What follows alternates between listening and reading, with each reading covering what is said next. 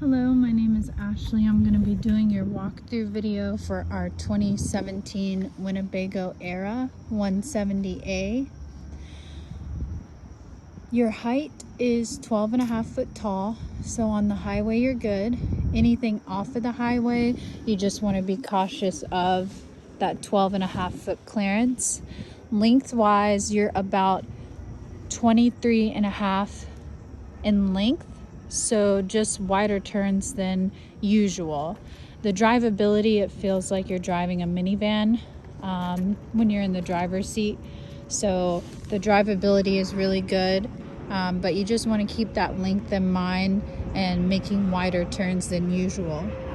Also, when you're driving, you'll want to keep in mind that you have these flares for the steps, so you kind of want to watch out for any curbs or anything that could damage the flare outs on both the driver and passenger side. On your driver's side, this is going to be your action side, so all of your important stuff is going to be along your driver's side of the RV. It is diesel fuel, and to access your fuel, again on your driver's side, you'll have to open the door to access the panel, and again it's diesel fuel only. And we definitely recommend going to truck stops to fill up the gas. Truck stops just give you more room height wise and lengthwise. Most of our accidents do happen when our customers try and go to a regular gas station. If you do go to a regular gas station because that's your only option, you just want to make sure, maybe have someone spot you to make sure that you have that clearance. But truck stops only if you can. And again, it's diesel fuel right here on the driver's side. Coming to the first area, this is where your propane is, your propane tank. When you pick it up, it'll be full, and when you return it, you want to get it filled. Most U-Hauls, truck stops will offer the service. You won't have to do anything. You just need to pull up to wherever they fill the propane tanks. You might want to call them ahead of time and make sure that they do fill propane tanks on RVs. It's not a replacement, it's a fill. So what you would do is just pull up to wherever their designated area for filling propane tanks are, pay their fee per gallon. You'll just need to let them know where the fill for the propane tank is, which is on the driver's side, and it's this first compartment right here. You also can see how full or low you're getting outside, and I'll show you how we can also check that level inside. And this is there where they would fill the propane for you, and this is your on and off valve. We recommend just leaving it open and on. It doesn't affect anything by leaving it open and on. It just allows you to use propane for everything that is powered by propane inside the RV. Coming to your second area on the driver's side of the RV, this is where your waste tanks are, your black and gray waste tanks. Your freshwater and city water inlet are all right here in this one compartment. So to start off, your gray waste tank and your black waste tank, the pulls for those are right here. So this is your gray pull, and that's your black pull. Your gray waste tank is everything that goes down your sink and shower drain.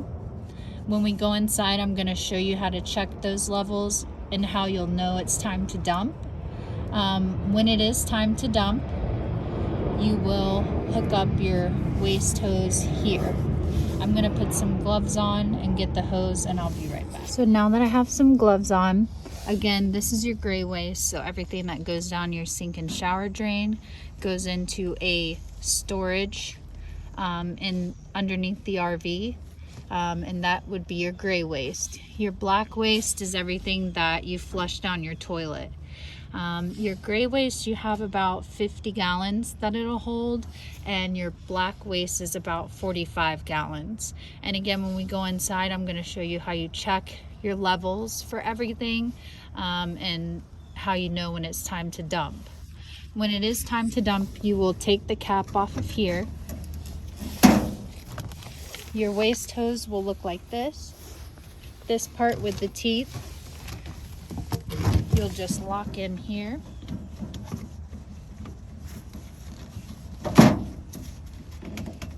So it's locked in nice and tight. The first one that you'll pull is your black waste. So after you've hooked it in here, this part you will put to wherever you're dumping. So most campsites, if it's a full hookup, they will have your sewer. It'll be like a white pipe in the ground. You'll just take the cap off and put this in it. Some campsites, they have a designated area that you have to drive to dump, and they'll have that labeled. It'll be a similar setup, pipe in the ground. You just take the cap off and put this inside. Truck stops also offer the service. If you don't have a campsite you're going to, you can find a campsite near wherever you are by using like a Google search, and calling them and asking them if they'll allow you to dump. Some will allow you to come and dump your RV for whatever their dumping fee is. But like I said, you just want to call them ahead of time and make sure that they do offer that service. So you have this end and the pipe in the ground. It's nice and tightly on here. The first one you'll pull is your black, which is your toilet waste. So you just pull that. Once you've pulled your black open, so again, to open the black, and same for the gray, you just pull it straight out to open and push it straight in to close it. And then same for your gray. So you pull your black first because that's all your heavy toilet waste. So you want to pull that one first, and then you want to pull your gray second. So again, you would just pull this straight out. And you can leave them both open if you have a full setup at your campsite to where the dump is right there where you're parked at. You can leave them both open so that it's draining as you're using. So you don't have to keep dumping it. If you are just dumping the RV and then leaving, once you're done, you want to go inside, check the levels, which I'm going to show you how to do in just a minute. Make sure it is empty. Then once you see that it's empty, you can also see, because it's a clear cap here, when it's empty on the outside, and you can also hear it when it's done. So once you're done dumping, you're going to want to do the opposite. So you'll close your gray first, so push that straight in to close, and then close your black last and push that straight in to close it. And then once you have them both nice and tightly pushed in, you'll remove this and pop your cap back on, and you're good to go. So we've covered our gray and black waste and how to dump those when it's time to dump. Looking right next door to your waste dump, you will see your fresh water inlet.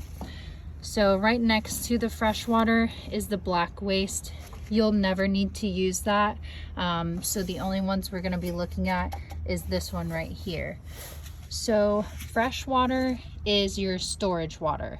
So that water is inside the RV with you at all times. So if you're hooked up or not hooked up, you can still use your fresh water. I like to call it your storage water tank. That holds about 50 gallons. You can also check the level for this inside to see how low you are getting on your storage water, your fresh water.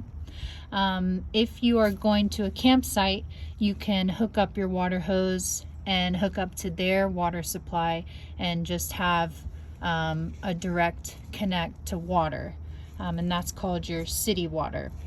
So what you would do is, your water hose looks like this. There's a colored attachment on one end, and then this part looks just like a regular garden hose. The regular garden hose part will always go in the RV. So we just connect that here and screw it in. and then your colored attachment would go to wherever your water source is. So for example, the campsite. And you would hook that up to the campsite water, make sure that their water supply is turned on. Usually it's like a blue valve, or you would just have to make sure that the water is open at the campsite. Once you're hooked up to the campsite water and it's nice and screwed in here, so we're hooked up. The one that you're going to be looking at is this right here. So it says freshwater valve. So normal is what you would want to leave it at if you are traveling, or if you're hooked up at the campsite, you're going to want to leave this on normal, and it shows you the photo that the valve needs to be vertical like this. If you want to fill your freshwater tank, so your storage water is getting low, the level inside says it's getting low, you might want to top that off before you leave the campsite or before you leave wherever you have that water hooked up. In order to fill that, you're going to want to put it like this. And it shows you right here, tank fill, the valve has to be that way. So you're hooked up and you're filling your water tank. We're gonna go inside and I'm gonna show you how you can see how full that's getting. You don't wanna overfill your freshwater tank. So you just watch the level inside. And once it gets to full, then you would come out and turn it back on normal. So it's cutting off the fill, and then you can unhook your water. Also, a side note, so if you are filling your storage water, your fresh water tank, and we have it on tank fill, there's even a little note right here that when you're filling your freshwater tank, you want to open the gravity fill door to vent the tank and avoid any pressure buildup. So I'm going to show you where that's at. Again, I know I told you that your driver's side is your action side, so all the important stuff is on your driver's side, but there is your gravity fill door on your passenger side right here. So your gravity fill door is right here. This is your RV entrance on the passenger side. So when you open the door, you'll see it right here. This is also another place you can fill your storage water, your freshwater tank, but since the other freshwater tank fill is on the side where you'll be dumping, it's on the side where you would have the RV hooked up to water for direct water. I always use that side, but you can also fill it on this side. If you are filling your freshwater tank on the other side, you just want to make sure this is open. Like that little notice says, if you're filling it, you just want to make sure this is open, the door is open so it can ventilate while you're filling.